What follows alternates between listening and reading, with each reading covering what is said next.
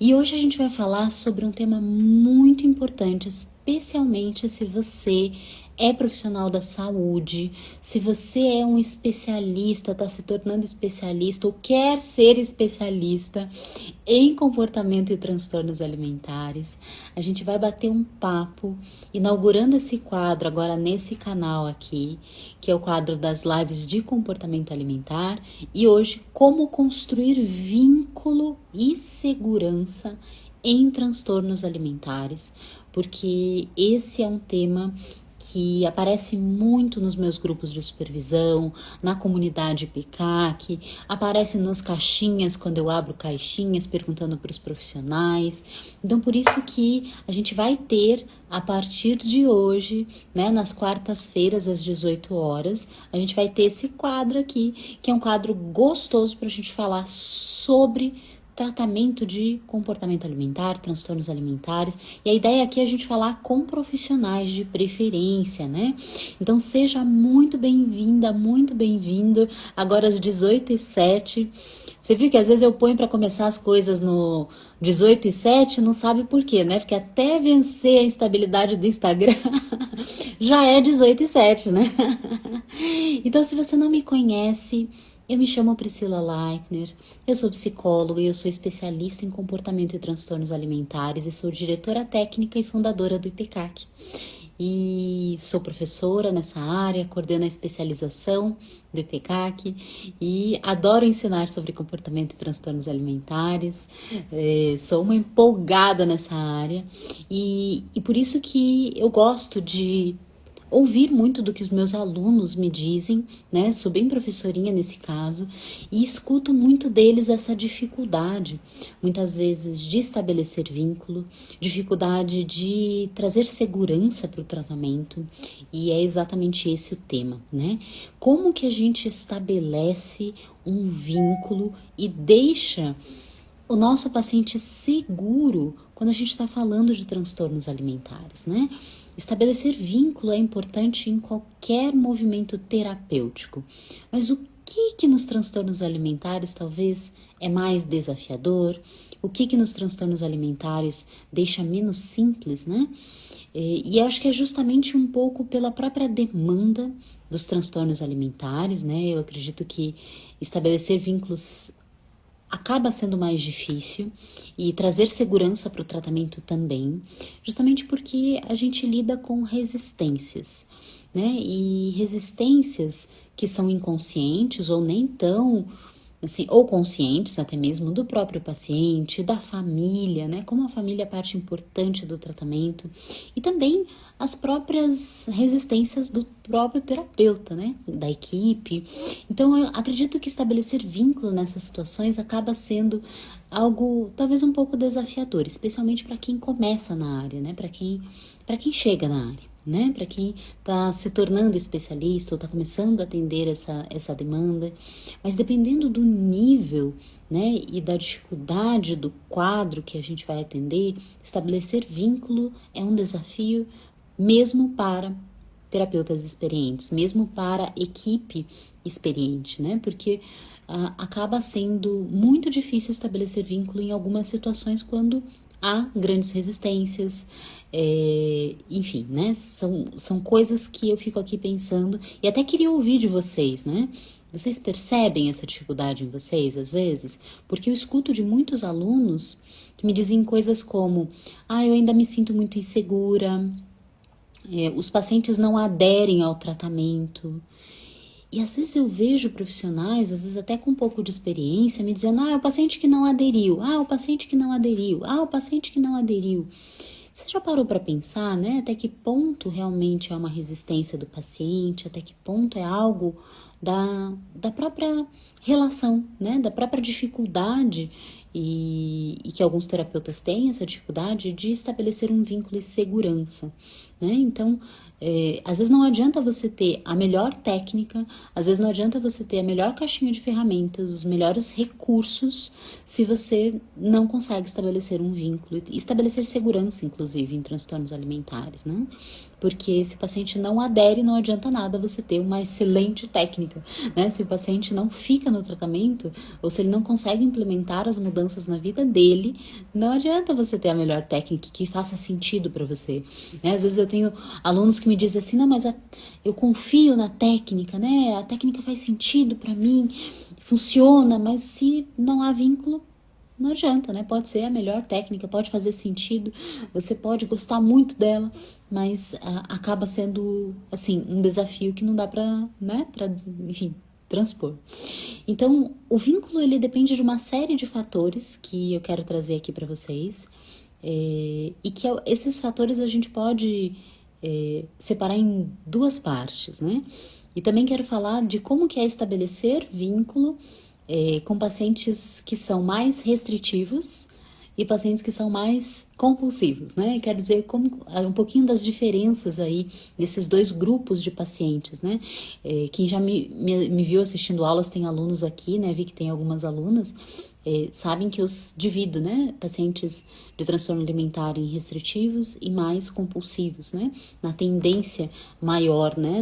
Daquele paciente, se é uma tendência maior à obsessividade ou se é uma tendência maior à compulsividade. Então, nesses casos, o que é diferente no vínculo, né? Então, mais ou menos por aí que eu quero entrar com vocês, né? Então, o vínculo, ele depende de uma série de fatores. E ele depende também da gente poder olhar para a parte técnica, então são fatores técnicos, e por outro lado, fatores de personalidade. Existiu uma pesquisa muito interessante, eu já comentei dela em alguma live, mas existe uma pesquisa que foi feita nos Estados Unidos com muitas e muitas pessoas que faziam psicoterapia, né? E essa é uma pesquisa que me marcou muito, porque o objetivo da pesquisa era dizer que tipo de técnica, que tipo de abordagem seria a melhor na visão das pessoas que passam pelo processo terapêutico, né? E eu acho que é interessante porque a gente faz um paralelo com a área do comportamento e transtornos alimentares, em que a gente também tem técnicas diferentes, né? A gente tem especialidades diferentes e técnicas diferentes. E nessa pesquisa que foi feita, o N era gigantesco, era um N assim, tipo 10 mil pessoas, né? E nesse N de 10 mil pessoas, o que se pôde concluir nessa pesquisa é que o que fazia diferença não era necessariamente só a técnica. Claro que a técnica é muito importante, mas o que fazia diferença era a personalidade do terapeuta. Eram quesitos de personalidade e quesitos de, enfim, do próprio relacionamento e manejo desse terapeuta. Então, quando a gente fala em vínculo, obviamente tem questões técnicas envolvidas, mas também tem questões de como o terapeuta conduz isso, né? Como que ele lida, como que ele se coloca, como que ele está, né, se posicionando de certa forma. Então, por isso que eu vou dividir, né, a questão do vínculo e a questão da segurança terapêutica em dois grupos. Um deles é o técnico, né? Eu acredito que o técnico acaba sendo aquilo que as pessoas mais acreditam que é o culpado. Geralmente, alguns alunos ou pessoas profissionais me mandam mensagem, às vezes não aqui no IPK, que até lá no meu Instagram, e eles me dizem assim, doutora Pri, me diga que técnica que você usa, né? No seu tratamento online, que técnica que você usa? Me diga, por favor, que eu preciso saber que técnica que você usa. E às vezes o terapeuta está muito mais implicado, ou muito mais interessado em saber que técnica que é. Enquanto a técnica é parte importante para se estabelecer um vínculo e segurança no tratamento, mas não é a parte mais importante ao meu ver. A parte mais importante ao meu ver é o que diz essa pesquisa, né? É como o terapeuta consegue conduzir, né? Como ele maneja, como ele até mesmo né? No quesitos de personalidade, quesitos pessoais do terapeuta. Porque algumas questões que o vínculo passa, né, nesse lado mais pessoal, eles são extremamente importantes. Vou dar um exemplo. Para estabelecer um vínculo, se eu saísse perguntando para as pessoas assim, me diz aí, o que você acha que é importante para estabelecer um vínculo, né? Muitas pessoas me diriam, uma escuta empática, você ter empatia, você se mostrar compreendendo a questão, ou ou você se importar, né? Você demonstrar comprometimento. E sim, essas coisas são muito típicas, né, do estabelecimento de um vínculo. Eu acredito que essas coisas são fundamentais, né? Uma escuta empática. E aí não é só do terapeuta psicólogo, mas do terapeuta nutricionista, do terapeuta psiquiatra, né, do terapeuta fonoaudiólogo, dos muitos terapeutas que a gente tem falado, né? Porque se você já me conhece, você sabe que eu chamo todo mundo de terapeuta, né? Somos todos terapeutas na área do comportamento e transtornos alimentares. E os terapeutas, em geral, eles tendem a saber que eles precisam ter uma escuta empática, né? E que eles precisam de alguma forma demonstrar até mesmo uma abertura, um interesse. Então, eu acho que estabelecer vínculo acaba sendo até meio óbvio para os terapeutas que precisa dessa escuta empática, né? Que precisa dessa abertura do terapeuta. Mas percebam que não é só isso. Não é só termos as nossas técnicas, estarmos seguros nelas. Não é só a gente ter uma escuta empática, porque tem outras coisas que o terapeuta precisa para ele conseguir, às vezes até lidar com questões do vínculo e questões da segurança no tratamento de transtornos alimentares. Então, essa postura empática, eu acho que todo mundo diria, né? O que você precisa para estabelecer um bom vínculo? Uma postura empática, né? Uma empatia. Acho que de alguma forma a empatia apareceria ali para muitas e muitas pessoas.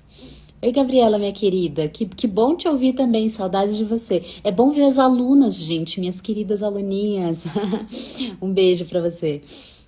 A gente está inaugurando aqui, Gabriela, um quadro que se chama Lives do Comportamento Alimentar. Você é muito bem-vinda nas próximas. Hoje a gente está falando de vínculo e segurança sendo terapeuta em transtornos alimentares. Então, além da escuta empática, existe algumas coisas a mais que eu queria trazer para vocês, né? Algumas coisas como a própria presença do terapeuta, né? O quanto que o terapeuta está realmente implicado e presente, ele está interessado, ele está ali num movimento de uma abertura acolhedora, né? Isso pode parecer assim, não, claro, a gente precisa acolher o nosso paciente, mas o acolher não é simplesmente só dizer eu entendo o que você está passando, mas poder estar realmente numa conexão, realmente estar muito aberto, muito presente para aquele sofrimento que está ali. E às vezes até para aquela resistência que está ali. Porque nem todo paciente de transtorno alimentar é um paciente que vem aberto ao tratamento. Né? Muitos, quem já atendeu, por exemplo, anorexia, quem já atendeu TARI, quem já atendeu os restritivos, né? Daqui a pouco eu vou falar um pouquinho também da diferença entre estabelecer vínculo nos restritivos e nos compulsivos, mas se você já atendeu um paciente extremamente resistente, você sabe o quanto que é difícil às vezes. Não é só a gente estar aberto, não é só a gente estar ali com uma escuta empática. Muitas vezes vai ser necessário também a gente se posicionar num acolhimento um pouco diferente. Né? Então, o posicionamento, até mesmo a própria aceitação, né? A própria aceitação ela é importante. Ou quando a gente conduz um diagnóstico, o quanto que é importante também, né? Não é o tema de hoje a gente falar de diagnóstico, mas o quanto que é importante a gente poder dizer, né? Esse é o seu diagnóstico. Eu sou especialista nisso que você tem. O quanto que isso também é acolhedor e também é importante, né? Especialmente em pacientes mais resistentes. Então, eu vejo que, às vezes, a própria personalidade do terapeuta, ela influencia muito, né, no estabelecimento desse vínculo. E não que exista personalidade certa ou personalidade errada. Mas talvez a gente tenha que pensar que nem todo paciente é pra gente, ou nem todo paciente vai ter uma vinculação tão fácil conosco. Seja por motivos que são plausíveis ou motivos que não são plausíveis, né? Mas o próprio comprometimento do terapeuta, essa energia do terapeuta, eu diria que a implicação do próprio terapeuta nisso também é muito importante. Claro que não dá para ser uma implicação a um nível de que o paciente, enfim, né? Ele não precisa se implicar, porque não é esse o objetivo. Mas até mesmo esse não verbal. O não verbal, ele pode ser muito interessante, né? Que é o cuidado com o não verbal. o prestar atenção nisso que às vezes é tão sutil, né? Que é aquela garganta que arranha, é aquela palavra que não saiu, né? Que é o tremer da voz, que esse não verbal e o acolhimento desse não verbal, às vezes mesmo até a observação desse não verbal, ele é extremamente acolhedor, né? Então não adianta só você dizer para o seu paciente, eu sei atender o que você tem, eu tô aqui por você. Não é só isso, né? Eu estou aqui te oferecendo um tratamento. É um acolhimento e trazer uma segurança num outro nível. Porque às vezes, né, muitas vezes, esse acolhimento, ele não se dá de uma maneira explícita, ele se dá de uma maneira implícita. E eu vejo, às vezes, muitos terapeutas, especialmente os mais iniciantes, caindo, assim, em alguns pontos que deixam, às vezes, até o paciente menos seguro. Vou dar um exemplo. Como que o terapeuta faz para que ele fique mais seguro, né, nessa questão? Porque o terapeuta precisa estar seguro para que ele possa estabelecer um vínculo legal, né? Então, esse é um ponto bem interessante. A Gabriela está comentando, muita resistência no TARI, principalmente se o processo terapêutico for algo novo, né? Nunca vivenciado. Sim, exatamente. Os restritivos trazem esse desafio, né, Gabriela? É um desafio bem maior quando a gente fala até dos restritivos. Mas eu vou tentar fazer alguns comentários aqui sobre o que eu acredito que é importante para o terapeuta se sentir mais seguro. Eu acho que, claro, o terapeuta precisa confiar nas técnicas dele. Se ele não tem técnicas, ou que ele não sabe, ele não se sente capacitado de atender alguma demanda, e o TARI que a Gabriela está falando é um excelente exemplo, né? Como se falta protocolos. Eu venho estudando o TARI já faz tantos anos, né? E criei hoje o que a gente tem de protocolo TARI aqui, que é um curso aqui no IPCAC, mas foi quase 10 anos estudando isso para a gente conseguir ter um protocolo. E às vezes é difícil, né? Especialmente para quem está começando. Puxa, como é que eu vou trabalhar isso? Como é que eu vou abordar? Porque tem essa parte também, né? Que ter poucas técnicas ou ter poucos recursos terapêuticos, isso pode ser um fator que prejudica aí o estabelecimento da segurança. E daí, gente, é correr atrás, né? Seja correr atrás dessa experiência, correr atrás dessa formação, correr atrás de estudar, né? E para estar realmente seguro nessa parte da técnica, que ela é tão importante quanto a outra parte que eu vou falar na sequência.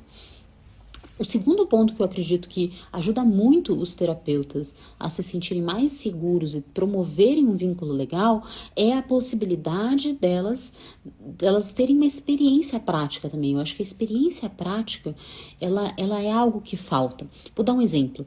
Às vezes a pessoa está lá começando, né, no consultório, ela atende várias questões e transtorno alimentar não é ainda o que mais aparece. Isso é absolutamente normal, né? A não ser que você tenha feito uma formação, que você passou por um ambulatório, né? Como, por exemplo, aqui no IPCAC, que a gente tem ambulatório, que os alunos atendem vários pacientes de transtorno alimentar. Mas fora isso, não. Fora isso, você né, se capacitou e está lá no seu consultório. Vai vir pacientes aos poucos, né? E esses pacientes que vão vir aos poucos, eles são pacientes que vão te trazer experiência, mas é mais lento, né? Adquirir essa experiência prática, que é exatamente isso, a experiência do manejo, né? Essa experiência como é que eu faço, como é que eu atendo, né? Como é que eu lido com isso? Como é que isso me toca? Isso tudo faz parte da experiência, gente. Como é que me toca essa questão, né? Como é que isso me toca? Como que às vezes é extremamente desafiador. Eu lembro, há um mês atrás eu dei uma supervisão para o meu grupo, a comunidade PECAC, e tinha uma terapeuta e ela me falava, ela atendia uma família de uma paciente com TARI, né? Super grave. E ela me falava assim, eu fico tão preocupada com a paciente que eu não consigo andar, né? E ela estava paralisada por medo, né? Porque o transtorno alimentar pode gerar em nós terapeutas um certo medo, um certo congelamento, seja pela gravidade, seja pela dificuldade, pela resistência. Isso pode acontecer, né? Isso especialmente pode acontecer com aqueles que não passaram por tantos pacientes, né? Ou por tantas experiências, né? O manejo é adquirido aos pouquinhos, né? Esse manejo é adquirido aos pouquinhos. Então faz parte isso, né? A Gabriela está comentando aqui, quando o paciente busca terapia, mas não consegue se vincular de forma alguma. Esse vínculo, às vezes, ele passa por um lugar, especialmente nos restritivos, ele passa por um lugar muito sutil, né? Às vezes parece que ele não está vinculado, mas ele está, né? Por isso que é importante a gente conseguir ler o não verbal, né? Que às vezes ele está vinculado, mas não naquele vínculo tão forte, tão ali presente, né, tão explícito. Às vezes é uma coisa mais sutil, né? Então, quando alguém diz assim, o paciente não tá, ele tá vindo, mas ele não tá vinculado, eu geralmente pergunto para as minhas alunas, mas será que não tem um não verbal aí? Será que não tem algo que nos mostra que ele está, na realidade, bastante vinculado? Porque provavelmente pode ser isso também. E essa dificuldade no início da carreira, é isso aí, né? Então, a possibilidade da gente também ampliar a nossa experiência prática, construir isso, né? Eu acredito muito na formação de especialistas que passem pela prática, né? Porque é exatamente esse o ponto. Se a gente tem só um tratamento, né? Só lá no consultório, que é aos pouquinhos, vai ser muito devagar, que é bastante diferente de uma experiência clínica mais ampla, né? Uma experiência ambulatória, uma experiência mais ampla. Então isso faz bastante diferença, tá, gente? Eu acho que esse é o segundo ponto sobre como construir um vínculo e segurança no tratamento, né? Então, o terceiro ponto, eu acho que o terceiro ponto ele é um ponto muito importante também. A importância da interlocução, da supervisão, da troca, né? Da troca em equipe, da troca com outro profissional que talvez seja um pouco mais experiente. E eu vejo que muitos terapeutas psicólogos têm essa clareza sobre a importância disso, mas outros não. Outros, às vezes outras especialidades acabam não tendo isso nas suas formações, né? Essas trocas ou o próprio movimento de supervisão, que não é só aprender tecnicamente falando, que é aprender como sustentar um ser terapeuta de um paciente de transtorno alimentar. Porque quando a gente decide ser especialista nessa área, a gente vai passar, sim, por dificuldades muito nossas, né? E que essas dificuldades todo mundo passa. E quando a gente divide isso e essa interlocução, ela é extremamente importante. Então, o papel da supervisão, o papel da interlocução dos grupos, né, dos grupos multidisciplinares, é assim fundamental. É muito, muito importante. Então, eu diria que esse é o terceiro, né, a terceira grande dica que eu deixo para vocês quando a gente pensa em vínculo e segurança em transtornos alimentares. Isso, Gabriela, sustentar o ser terapeuta. Porque às vezes não é tão simples assim, especialmente no começo, né? Porque a gente é invadido de certa forma também pelos nossos medos, por tudo que aquilo que pode ser tão desafiador, né? Especialmente transtornos mais graves, né? Que são, assim, às vezes casos mais floridos, que além do transtorno alimentar, tem um transtorno de personalidade, ou que tem um transtorno de humor grave. Então, às vezes, esses pacientes mais floridos, né? Que são quadros mais complexos, eles desafiam ainda mais os terapeutas, especialmente os mais novos, né? Então, eu diria que a interlocução é uma parte muito importante aqui. E eu acho que o quarto ponto que eu queria trazer é também a capacidade da gente poder expressar para o nosso paciente, expressar aquilo que a gente acredita. Eu, às vezes, também vejo em supervisão, nos meus grupos, alunos acabando não se posicionando sobre o que eles realmente podem oferecer, aquilo que eles realmente têm de recursos para oferecer para essa pessoa, por medo da pessoa acabar indo embora, né? Então, às vezes, até se faz ou se entra em processos meio não deixando claro quais são os objetivos, quais são os recursos, quais são as limitações, quais são, né, os posicionamentos desse terapeuta, justamente porque às vezes se tem medo. E quando o terapeuta tem medo de perder um paciente, ele faz bobagem, né? Eu digo, ele faz bobagem, porque às vezes ele fica muito mais implicado em fazer a pessoa ficar, em fazer a pessoa se abrir, do que necessariamente conduzir aquilo, né? Conduzir aquele processo de uma maneira autêntica, né? A autenticidade, a criatividade do terapeuta, a capacidade deles realmente ser o terapeuta que ele dá conta de ser e ser o que ele é ali naquele processo é extremamente fundamental. Então, quando a gente fala, no quarto ponto, eu acho que é o mais importante, é a capacidade da gente ser claro e se posicionar, expressar o que a gente acredita, né? Eu vejo terapeutas que às vezes não acreditam, por exemplo, né, no que o paciente está buscando e eles iniciam um processo sem deixar isso claro. E pelos motivos errados, porque o motivo está sendo a insegurança, o motivo às vezes está sendo o medo, né? Ó, a Gabriela está falando que ela sente medo ainda após 7 anos, né, de trabalhando ali com isso, né? Então faz parte, isso faz parte. Mas quanto mais a gente percebe que na nossa autenticidade, na nossa clareza, no expressar aquilo que a gente pode oferecer e aquilo que a gente não pode oferecer, é ali que a gente vai conseguindo até mesmo construir um vínculo e deixar o nosso paciente mais seguro. O medo de perder, ele é uma armadilha muito perigosa, tá? O vínculo terapêutico, porque o vínculo fica prejudicado quando há medo de perder, né? Quando há medo de fracassar, quando há medo de se colocar, né? Quando há medo de se comprometer. Então, essa autenticidade, ela não é simples, né? A Gabriela acabou de falar, bancar a autenticidade ainda é desafiador. Não é simples, mas esse é o caminho da gente conseguir construir vínculos cada vez mais potentes, né? Que são vínculos em que a gente realmente consegue mostrar para a pessoa que a gente está ali, que a gente está nessa conexão, que a gente está presente trazendo segurança. Porque quando o terapeuta está na autenticidade dele, na segurança dele, o paciente tende a ficar mais seguro e mais confiante e mais vinculado, né?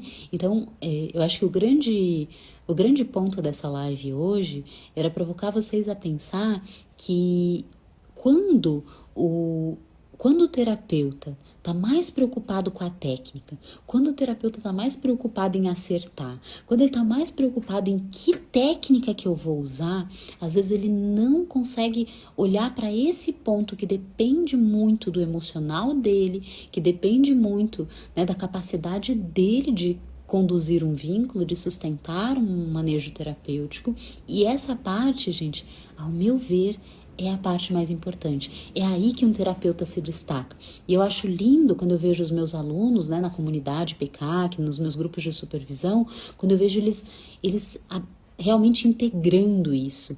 Porque a técnica, ela é importante? Sim, com toda certeza. Se vocês me conhecem, vocês sabem que eu sou muito, muito analítica, muito técnica. Mas, para além da técnica, essa parte é a mais importante, gente. Essa parte é aquela parte que realmente vai fazer com que o terapeuta consiga manter o paciente no tratamento, né? Por que o paciente às vezes não adere ao tratamento? Eu vejo terapeutas dizendo, o paciente não aderiu, o paciente não aderiu, o paciente não aderiu. E parece que o problema são os pacientes que não aderem, mas será que tem, por outro lado, uma dificuldade sua de estabelecer o vínculo? Eu deixo essa reflexão aos terapeutas, né? Eu acho que às vezes pode ter isso, né? E quando eu trabalho nas minhas mentorias, às vezes eu vejo isso muito claramente nos meus alunos. Eu vejo que às vezes falta isso, falta esse lugar, né, de segurança. Esse lugar de segurança que começa dentro e que vai estar também no vínculo, né? Deixa eu ver o que vocês estão comentando aqui, que eu tô adorando os comentários. O vínculo e a conexão com o paciente. Isso, Ana. Tudo bem, Aninha? A Gabriela tá falando, Pri, queria essa live pra minha vida. Beijo, querida. Às vezes sim, às vezes a gente está engessado nas técnicas. Eu acho que a gente tem isso sim como um resquício das graduações, e não é uma, né? Eu acho que todas as especialidades dentro da equipe multidisciplinar, elas tendem a estar com esse foco excessivo na técnica e menos voltado para a parte que é pessoal ali, né? E por isso que eu comecei contando dessa pesquisa que foi feita nos Estados Unidos, que a parte mais importante não era a técnica, né? Era a personalidade do terapeuta. É aí que fluía, era aí que as pessoas diziam que fazia diferença, né? E como que isso é lindo a gente poder perceber que sim, é de humano para um humano, né? É de um coração para um coração, é de uma pessoa para uma pessoa. E a técnica é importante, muito importante, porque às vezes a gente vai sim. Sem técnica a gente fica, sabe aquela coisa sem um norte, sem uma bússola, né? Sem um GPS. Eu acho que a técnica, ela é tipo um GPS, a gente precisa ter um passo a passo. Vira aqui, vai ali, vira acolá, agora passa a rotatória, né? Então a gente precisa ter sim. Eu acho que essa parte é bem legal também. Mas o estabelecer o vínculo e fazer o nosso paciente aderir no processo, construir um lugar seguro, até mesmo para a transformação, para o tratamento, né, de às vezes traumas, de, às vezes coisas tão profundas, coisas tão difíceis, né? Porque quantos de nós a gente não se pega pensando quanto que às vezes um transtorno alimentar, ele tá ali porque existe uma história de muita dor, de muito trauma, de muita dificuldade. E a nossa abertura para estar, né, construir esse setting seguro, e que às vezes o setting é a própria equipe, né? Uma equipe que tem uma sintonia, uma equipe que traz essa segurança. O quanto que isso faz, sem dúvida nenhuma, toda a diferença no tratamento. Então, eu acho que esses 4 passos nos ajudam a construir vínculo, né? E outra coisa que eu queria dizer é o quanto que construir vínculo em pacientes mais restritivos é bastante diferente de construir vínculos em pacientes mais compulsivos, né?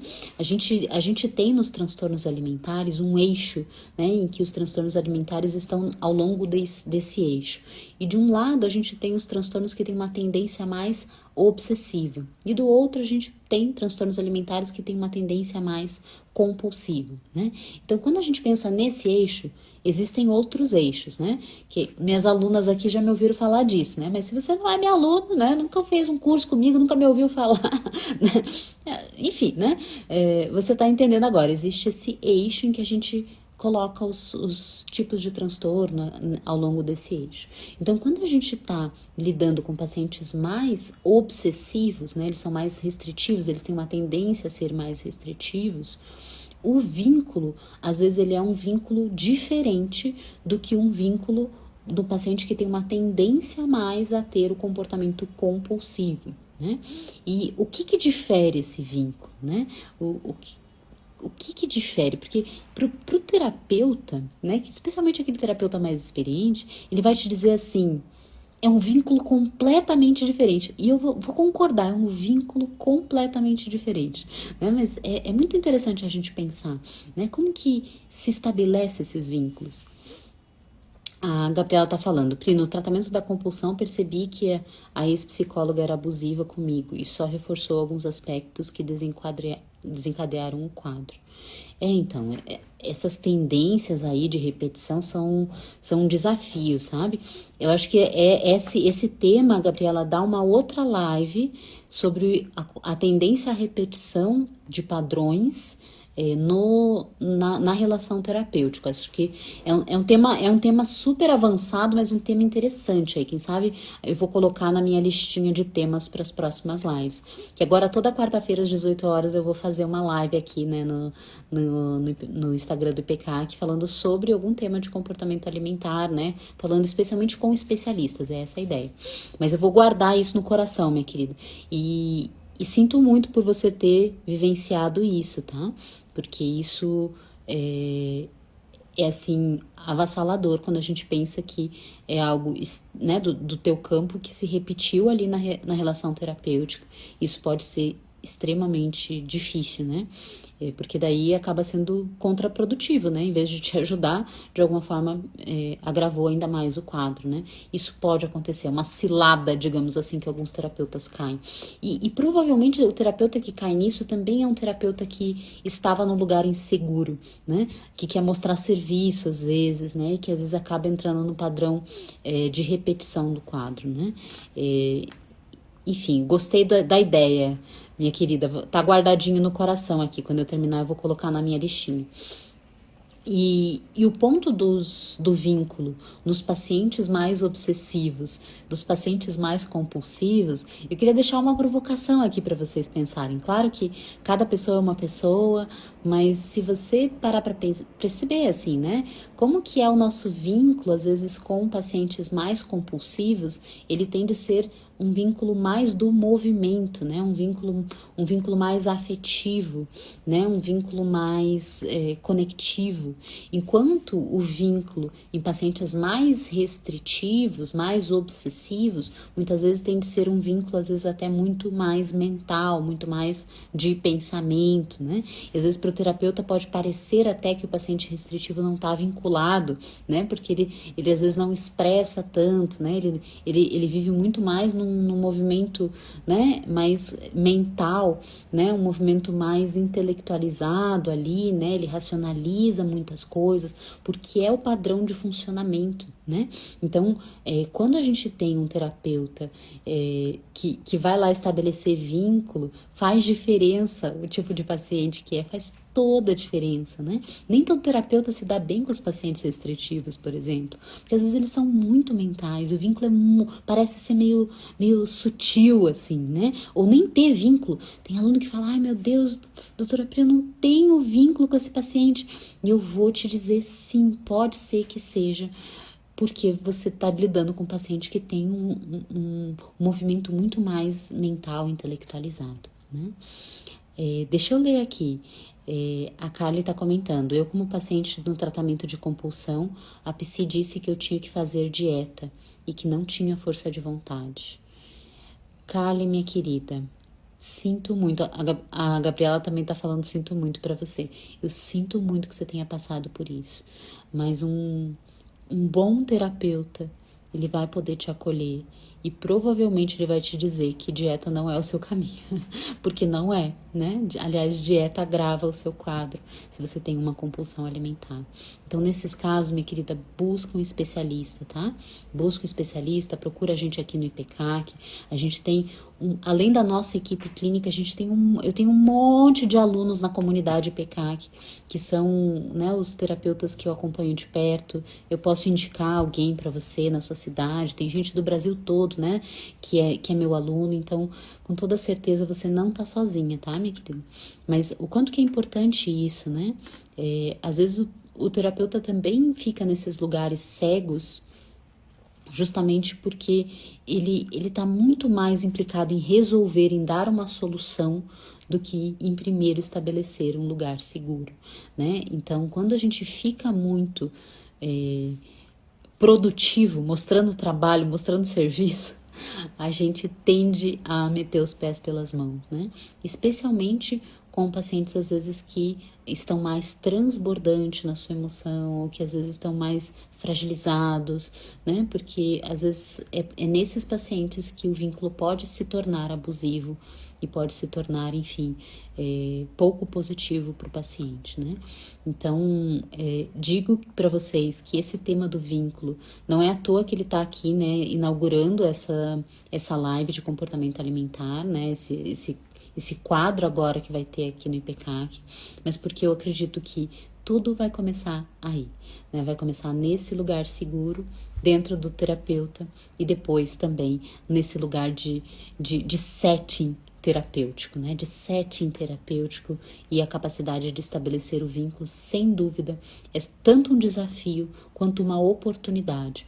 Porque quando a gente está num vínculo que ressoa, um vínculo que é positivo, o terapeuta, ele fica criativo, ele fica aberto, ele fica intuitivo, né? E aí, às vezes, acontece coisas muito, muito, muito especiais, né? Porque é para além do só saber, só da técnica e por aí vai. A Gabriela tá falando, já fui muito assim, focava no resultado e pouco no processo. Faz parte, né, minha querida? A gente aprende. Eu esses dias que fiz a live lá, que eu contei a história do André, na live do Tari, eu falei que eu fiz cagada com o André no começo, né? Porque a gente faz isso, a gente às vezes, é como que a gente aprendeu, né? Especialmente quem tá nisso há muito tempo, porque, né?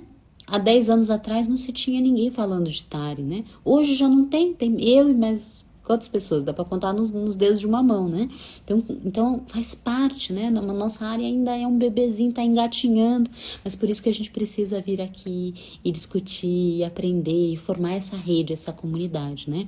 Eu tenho muito para mim o quanto que é importante e o quanto que vibra no meu coração esse movimento de comunidade, né? Por isso que a gente criou a comunidade PECAC e a gente vai continuar crescendo essa comunidade até a gente ter uma comunidade cada vez maior e cada vez mais recheada de terapeutas que tem essa potência, essa capacidade de estabelecer um tratamento focado no processo, focado na pessoa, né? E sem ser tão tecnicista ou tão biológico em alguns casos, dependendo da especialidade, né? Mas a gente poder trazer esse lugar mais completo também para o nosso paciente, né? Então, vamos que vamos, né? Eu adorei esse papo. Gabriela, você fez toda a diferença nessa live, minha querida. Adorei ver você matar saudades.